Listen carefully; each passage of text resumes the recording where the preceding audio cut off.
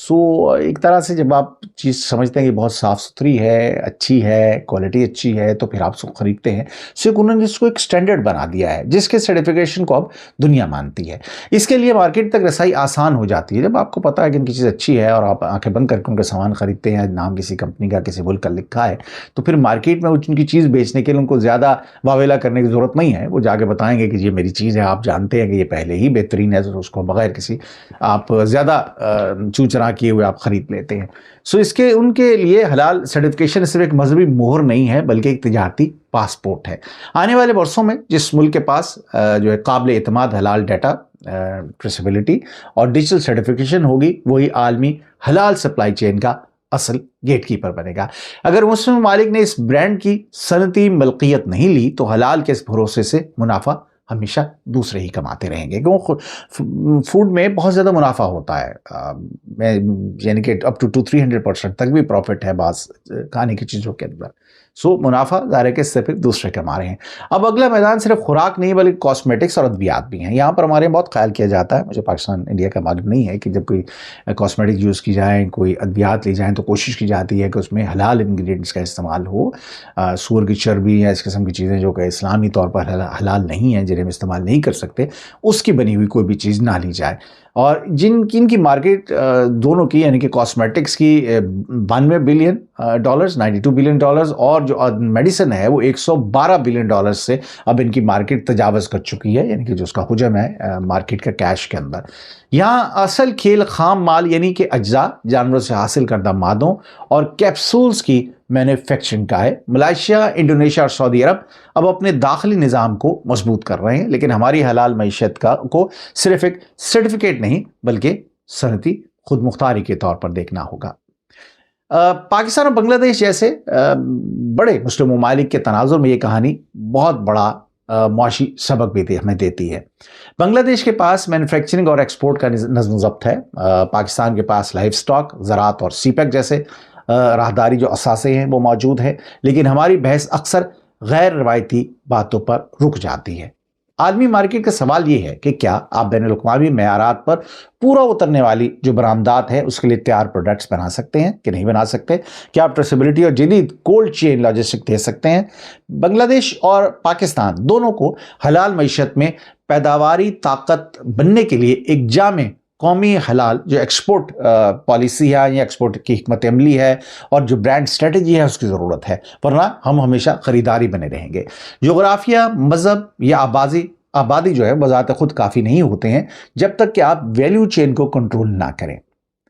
اس programme کے اندر آخری ہمیشہ میں 4 باتیں یا 4 پیشن گوئی آپ نے ضرور شامل کرتا ہوں، اور ایز یوزول میں کوئی نجومی نہیں ہوں، لیکن جو حالات واقعات ہیں ان کو دیکھ کر میں اپنے طویل صحافتی تجربے کی روشنی میں چند نتائج عکس کرتا ہوں جس ٹاپک میں بات کر رہا ہوتا ہوں، اور پھر پروگرام کے آخر میں وہ میں بات آپ خدمت میں پیش کر دیتا ہوں. پہلی میری پیشن گوئی یہ ہے کہ حلال خوراک میں Brazil, India, Australia, New Zealand اپنی برتری فوری طور پر نہیں کھوئیں گے، کیونکہ ان کے پاس جو سسٹم ہے وہ آلریڈی ڈیولپ ہے. اور ابھی تک کوئی بڑا چیلنجر بھی ان کے پاس سامنے ہمیں کسی مسلم ملک سے نظر نہیں آیا کہ جو کہے کہ ان 4 غیر مسلم ممالک کی برتری کو اس سلسلے میں ختم کر دے. دوسری جو پیشن گوئی یہ ہے کہ مسلم ممالک اب حلال سرٹیفکیشن کو قومی سیکیورٹی اور فوڈ سیکیورٹی کا مسئلہ سمجھیں گے. جیسے جیسے وقت بڑھتا جا رہا ہے فوڈ سیکیورٹی کا مسئلہ بدتر سے بدتر ہوتا جا رہا ہے. پاکستان جیسے ممالک کے اندر فوڈ سیکیورٹی کا مسئلہ بدتر سے بدتر ہو رہا ہے، اور بہت سے لوگ ہیں جو صرف ایک ٹائم کھانا کھا کر گزارا کر رہے ہیں. یہ جو مسلم ممالک ہیں اب اسے ایک قومی سیکیورٹی اور فوڈ سیکیورٹی کا مسئلہ سمجھیں گے، اور سعودی عرب، ملائیشیا، انڈونیشیا اور UAE اس میدان میں سمجھتا ہوں کہ زیادہ جاہرانہ جو معیارات ہیں یا زیادہ اسٹرکٹ جو ایک سٹینڈرڈز ہیں وہ اس میں قائم کریں گے. تیسری پیشن گوئی میری سوال سے ہے کہ حلال کاسمیٹکس اور ادویات سب سے بڑے اگلے تجارتی فرنٹیئر بننے جا رہے ہیں. بہت سارے لوگوں کو ابھی بھی اویئرنیس نہیں ہے جب وہ کاسمیٹکس یا میڈیسن یوز کرتے ہیں کہ آیا مسلمانوں کے لیے کنزیومیبل ہے بھی کہ نہیں ہے، لیکن آہستہ آہستہ اوبیسلی انٹرنیٹ آ گیا ہے، اویئرنیس بڑھتی جا رہی ہے. سو جیسے جیسے اویئرنیس بڑھے گی ان چیزوں کی ڈیمانڈ بھی بڑھے گی، اور جب ڈیمانڈ بڑھے گی تو ظاہر ہے کہ اس میں تجارت میں مزید کھلاڑی بھی کودیں گے، اور جو بھی ملک خال مارک ریسرچ اور برانڈ کے بھروسے کو یکجا کرتے گا وہی اس مارکیٹ کا لیڈر بنے گا. حلال کاسمیٹکس اور ادویات کی میں بات کر رہا ہوں. چوتھی پیشن گوئی جناب یہ ہے کہ پاکستان اور بنگلہ دیش اگلے 5 سالوں میں جدید لاجسٹک اور برآمدی حکمت عملی پر کام اگر نہیں کرتے ہیں تو اس جوائنٹ مارکیٹ کے صرف خریداری رہیں گے، پیداواری طاقت نہیں بن پائیں گے. سو ناظرین، عالمی حلال معیشت کی سب سے بڑی حقیقت یہ ہے کہ حلال صرف ایک مذہبی لیبل نہیں ہے، یہ ایک معاشی طاقت ہے، لیکن لیبل لگانے سے مارکیٹ نہیں بنتی۔ مارکیٹ بنتی ہے پروڈکشن سے، سٹینڈرڈ سے، ٹرسٹ سے اور لاجسٹکس کے ساتھ۔ اصل سوال یہ نہیں ہے کہ غیر مسلم حلال مارکیٹ میں کیوں ہیں، اصل سوال یہ ہے کہ مسلم دنیا اپنی مارکیٹ کی خود مالک کیوں نہیں ہے۔ کیا حلال معیشت مسلم ممالک کے لیے اگلا صنعتی انقلاب بنے گی، یا پھر ایک ایسی مارکیٹ رہے گی جس میں مسلمان ممالک صرف خریدار ہوں گے اور منافع کوئی اور لے جائے گا؟ اس ویڈیو کے دیکھنے کے بعد آپ اپنے جو کمنٹس دے سکتے ہیں نیچے، ویڈیو کے نیچے، سو اپنے کمنٹس میں ضرور ہمیں اس بات سے آگاہ کیجیے گا۔ میں ہوں فرحان اسلم، آپ دیکھ رہے تھے فرحان اسلم انفلٹرڈ۔ گزشتہ 30 برس سے میں صحافت کے شعبے سے وابستہ ہوں، برطانیہ میں رہتا ہوں۔ میرے بارے میں جاننا چاہیں تو میری ویب سائٹ farhanaslam.com پہ تشریف لے جائیے، اور پروگرام اگر پسند آیا ہو تو کائنڈلی چینل کو ضرور سبسکرائب کیجیے گا۔ سب لوگ 90% وہی ہیں جو میرے سبسکرائبر نہیں ہیں، جو میری ویڈیوز دیکھتے ہیں۔ سو اگر ایک چھوٹا سا آپ کلک دبا دیں گے سبسکرائب کے اوپر تو اس سے میرا بھلا ہو جائے گا، کیونکہ میری ریچ بڑھے گی اس سے۔ سو آپ سبسکرائب کیجئے، اپنے دوستوں اقربا کے ساتھ بھی میرے اس چینل کو، پروگرامز کو شیئر کیجئے، تو میں آپ کا بڑا ممنون رہوں گا۔ زندگی رہی تو بہت جلد میں آپ کی خدمت میں ایک اور پروگرام کے ساتھ حاضر ہوں گا۔ اپنا بہت خیال رکھیے گا، اللہ تعالیٰ آپ سب کو اپنے سامان میں رکھے۔ مجھے اجازت دیجئے، فی امان اللہ۔